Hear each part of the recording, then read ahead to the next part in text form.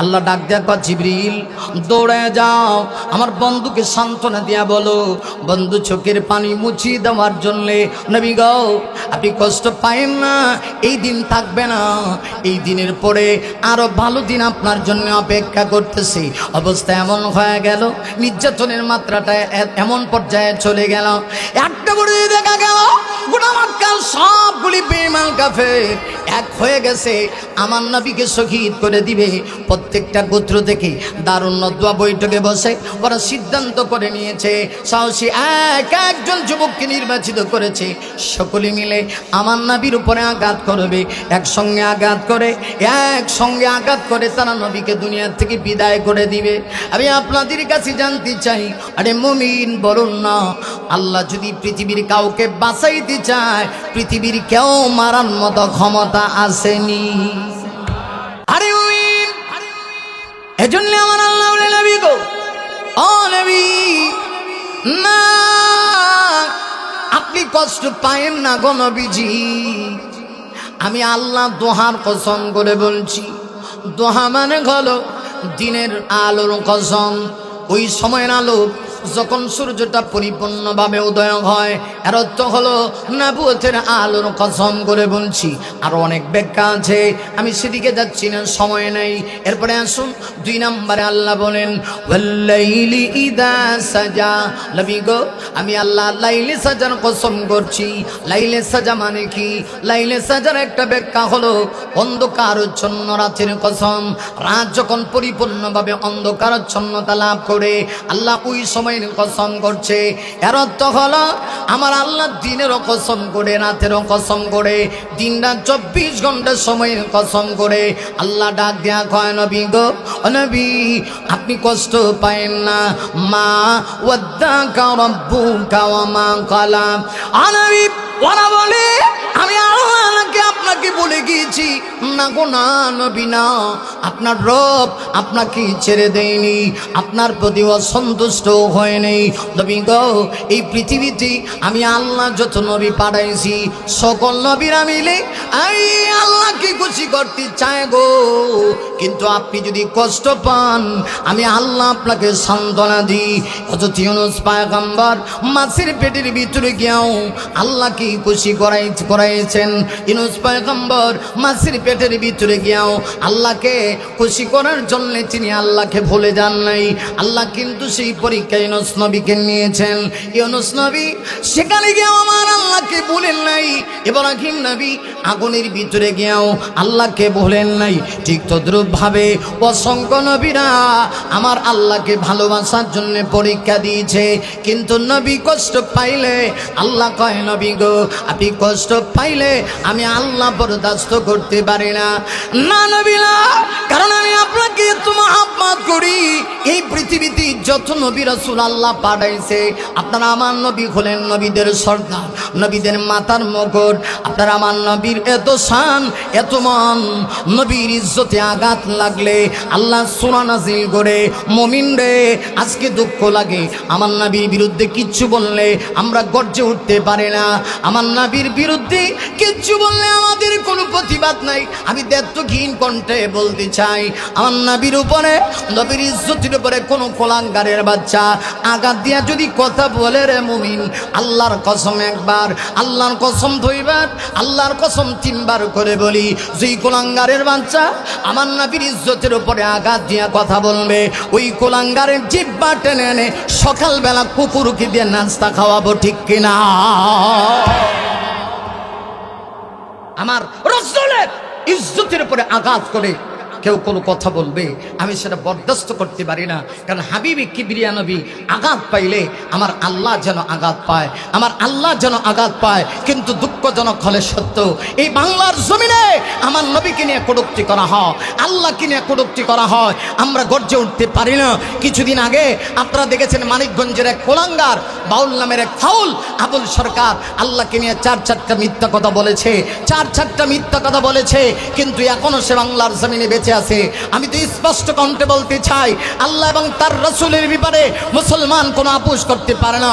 এদেশে যদি রাষ্ট্রদ্রোহিতার বিচার হতে পারে 50 বছর পরে, তাহলে এদেশে ধর্মের বিরুদ্ধে যারা কথা বলে, আল্লাহর বিরুদ্ধে যারা কথা বলে, রাসূলের বিরুদ্ধে যারা কথা বলে, এগুলো বিচার বাংলার জমিনে একদিন হতে হবে। মুসলমান কথা বলো ঠিক কিনা? এটা মুসলমানের প্রাণের দাবি, মুসলমানের ইমানি দাবি। বাউল আবুল সরকার আল্লাহর বিরুদ্ধে কইছে, কোরআন নিয়ে অপব্যাখ্যা করছে। খাডাইস, তোর যদি গান গায়ে জাহান্নামে যাওয়ান লাগে তুই যা, কিন্তু আল্লাহর বিরুদ্ধে কইবি কেন? কথা কন না কা, আরো জোরে কান। গান গায়ে যদি তোর জাহান্নামে যাওয়ান লাগে তুই যা। আমরা তো বলি গান গাওয়া না জায়েজ, গান শোনা হারাম। এরপরেও যদি তুই শুনতে চাস, গান শোনাইতে চাস, শোনা। গান গায়া, গান বইলা তুই যদি জাহান্নামে যাস যা, কিন্তু আল্লাহর বিরুদ্ধে কইবি কা? আল্লাহর বিরুদ্ধে কইলে আমি সেটা বরদাস্ত করতে পারবো না। কথা বলেন। শুধু কি সে আল্লাহর বিরুদ্ধে কইছে তাই না, সে আবার কোরআন নিয়েও অপব্যাখ্যা করছে। করছেনি? কি কইছে? কোরআন শরীফে নাকি আল্লাহ একটা সূরা নাজিল করছে নাচবার লাগা। খাড়াইছে কিতাব বুঝছে? চিন্তা করেন, খাড়াইছে করে খাড়াইছে কিতাব বুঝছে। গানের মঞ্চে গিয়া মোল্লা মৌলবীরা কয় নাচানাচি বুঝি জায়েজ না, অথচ কোরআন শরীফে একটা সূরায় আল্লাহ নাচবার কথা কইছে। কোন সূরা? কোরআন শরীফের সূরায় নাচ, সর্বশেষ সূরা। এই নাচ শব্দের অর্থ কি? পাগলে কিতাব বুঝছে। হ্যাঁ কয় কুল আউযু বিরাব্বিন নাস মালিকিন নাস।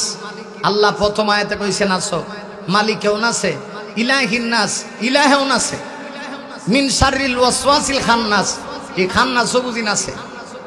এরপরে যে আয়াত কইছে এটা আমি কিছু আপনাদেরকে বলতে পারবো না। কয় আল্লাহ দিয়ে ইউসু কিছু নাউজুবিল্লাহ খান আসেন, এরকম কিছু ভণ্ডগুলি আছে না, যারা অপব্যাখ্যা করে।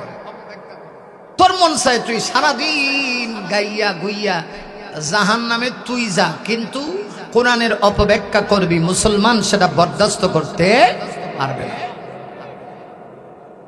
খেয়াল করে, নবী কষ্ট পাইলে আল্লাহ সূরা দেয়।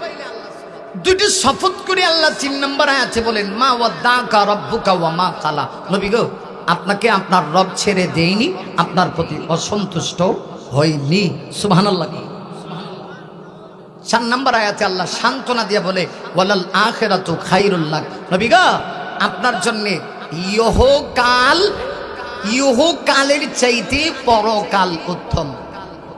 ওয়ালাল আখিরাতু খায়র, আখিরাত খায়র লাকা, আপনার জন্য মিনাল উলা, ইহকাল থেকে, মানে দুনিয়া থেকে আপনার জন্য আখিরাত শ্রেষ্ঠ। আমি আপনাকে দুনিয়াতে কি দিয়েছি এর চাইতে আরো অনেক অনেক অনেক গুণ বেশি আমি আখিরাতে আপনাকে দিব।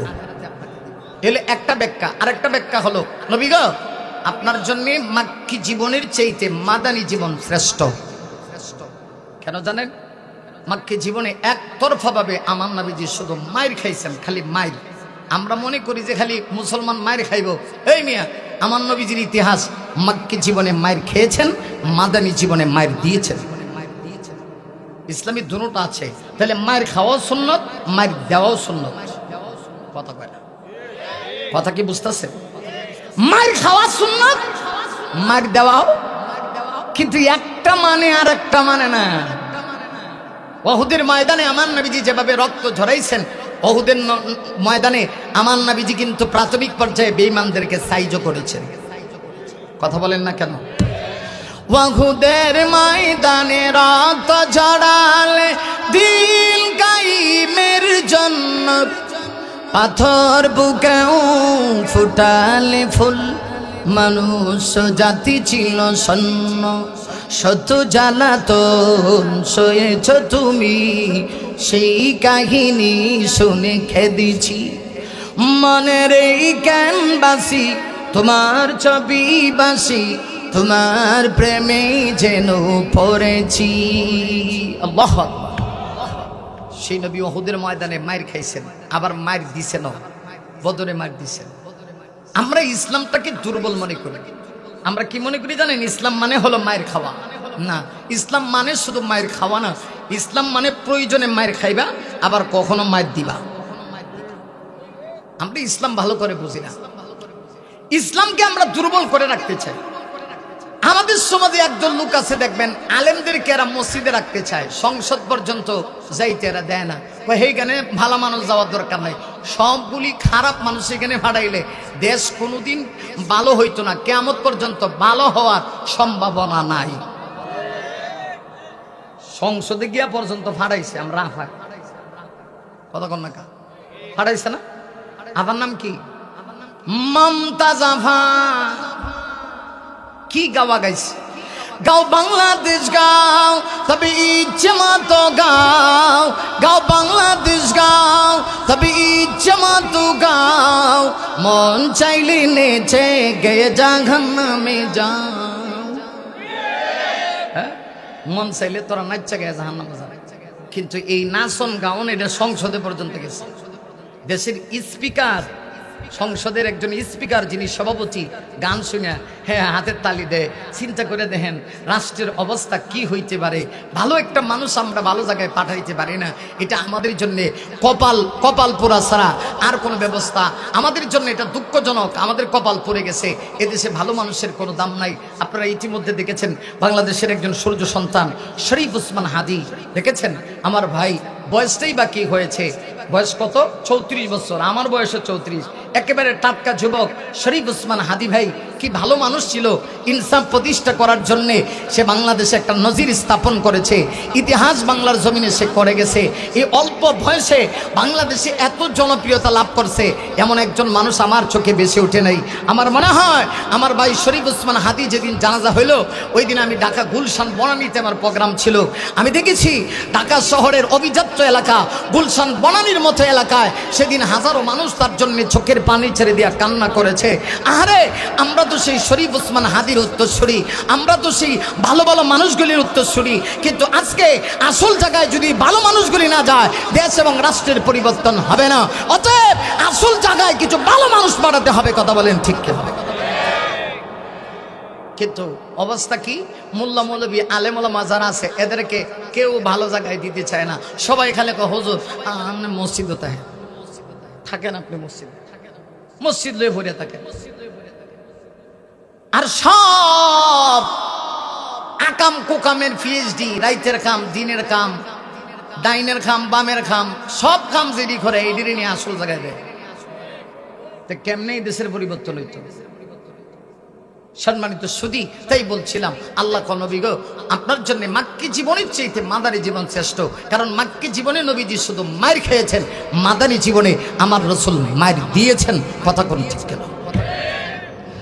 আমার নবীজি মাক্কি জীবনে ইয়াতুর বাবি, আমার নবীজি নির্যাতনের শিকার হয়েছেন। গোটা মক্কার সবগুলি বেঈমান এক বাক্যে আমার নবীজির বিরোধিতা করেছে। শুধু বিরোধিতা করছে তা না, এত মায়েরা আমার নবীকে মারছে। আমার নবীজি মক্কা ছেড়ে একটা পর্যায়ে অতিষ্ঠ হইয়া তায়েফে গমন করলেন। নবীজি ভাবছিলেন তায়েফে গেলে মনে হয় তায়েফের লোকগুলি আমার সঙ্গে খাতির করবে, ওরা আমার দাওয়াত গ্রহণ করবে, ওরা আমার কালেমা গ্রহণ করবে। না, তাইফের লোকগুলি আমার নবীর সঙ্গে এমন অমানবিক আচরণ করলো। সেদিনকার দৃশ্য এমন, হযরত যায়েদ ইবনে হারেসা নবীজির পালক পুত্র, তিনি বলেন আমি তাকায় দেখি তাইফের দুষ্ট কাফিরগুলি আমার নবীজির গায়ে ছোট ছোট বিষাক্ত পাথরের কণা দ্বারা এমন ভাবে আঘাত করেছে, আঘাতের কারণে, আঘাতে জর্জরিত হওয়ার কারণে নবীজির চেহারা মুবারক থেকে রক্ত ঝরতে শুরু হয়ে যাচ্ছে। হযরত যায়েদ ইবনে হারেসা বলেন আমি দেখি নবীজি রক্ত জমিনে পড়তে দেন না। আমার নবীজি বারবার কাপড় দিয়ে রক্ত মুবারক আমার নবীজি মুছতে শুরু করলেন।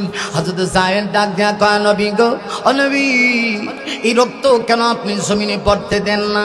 আমার নবী ডাক দেয়া কয় আরে যায়েদ, এই রক্ত যদি জমিনে পড়ে যায়, আল্লাহ না করুক আল্লাহর গজব নাজিল হতে পারে, উম্মতের উপরে গজব নাজিল হবে। আমি নবী তাকায় তাকায় দেখবো, তা হতে পারে না। আমার নবীজি তায়েফে গিয়া শুধু মায়ের আর মায়ের খাইলেন, কেউ কালেমা গ্রহণ করলো না গো। আমার নবীজি আবার মক্কায় চলে আসলেন। নির্যাতনের মাত্রা এত বেড়ে গেল, আমার নবীজি মাঝে মধ্যে বড় কষ্ট পাইতেন। এত কষ্ট আর যন্ত্রণার পরেও আমার নবীজি উম্মতকে কখনোই বদদুয়া দিতেন না। আমার নবীজি মক্কার মানুষগুলি এত কষ্ট আমার নবীকে দিত।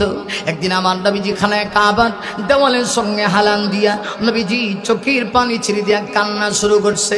আব্রু, এত বড় দায়িত্ব তুমি আমাকে দিয়েছ গো, গোটা পৃথিবীর দায়িত্ব তুমি আমাকে দিয়েছ, অথচ এই মক্কায় আমার বাহিরের লোকগুলি যেমন আমার বিরোধিতা করে গো, আমার ঘরের লোকগুলি আমার বিরোধিতা করে। আমি আমি পৃথিবীতে এসে বাবার চোখটা দেখি নাই। মাত্র 6 বছর বয়সে আমি আমার মাকে হারাইলাম। কিছুদিন আমার দাদার কাছে লালিত পালিত হইলাম, এরপরে দাদাকেও আমি হারাইছি। আজকে ইমানের দাওয়াত দেওয়ার কারণে আমার আপন মানুষগুলি আমার বিরোধিতা করে। দূরের লোকগুলি বিরোধিতা করলে আমি কষ্ট পাই না, কাছের লোকগুলি যখন বিরোধিতা করি আমি বড় কষ্ট পাই গো। আমার অন্তরের ভিতরে মারাত্মকভাবে আঘাত লাগে। আল্লাহ ডাক দেয়া কয়, জিবরিল দৌড়ে যাও, আমার বন্ধুকে সান্ত্বনা দিয়া বলো, বন্ধু চোখের পানি মুছিয়ে দেওয়ার জন্যে। নবী গো, আপনি কষ্ট পায়েন না, এই দিন থাকবে না, এই দিনের পরে আরো ভালো দিন আপনার জন্য অপেক্ষা করতেছে। অবস্থা এমন হয়ে গেল, নির্যাতনের মাত্রাটা এমন পর্যায়ে চলে গেল, একটা করে দেখা গেল গোটা মক্কার সবগুলি বেঈমান কাফের এক হয়ে গেছে, আমার নবীকে শহীদ করে দিবে।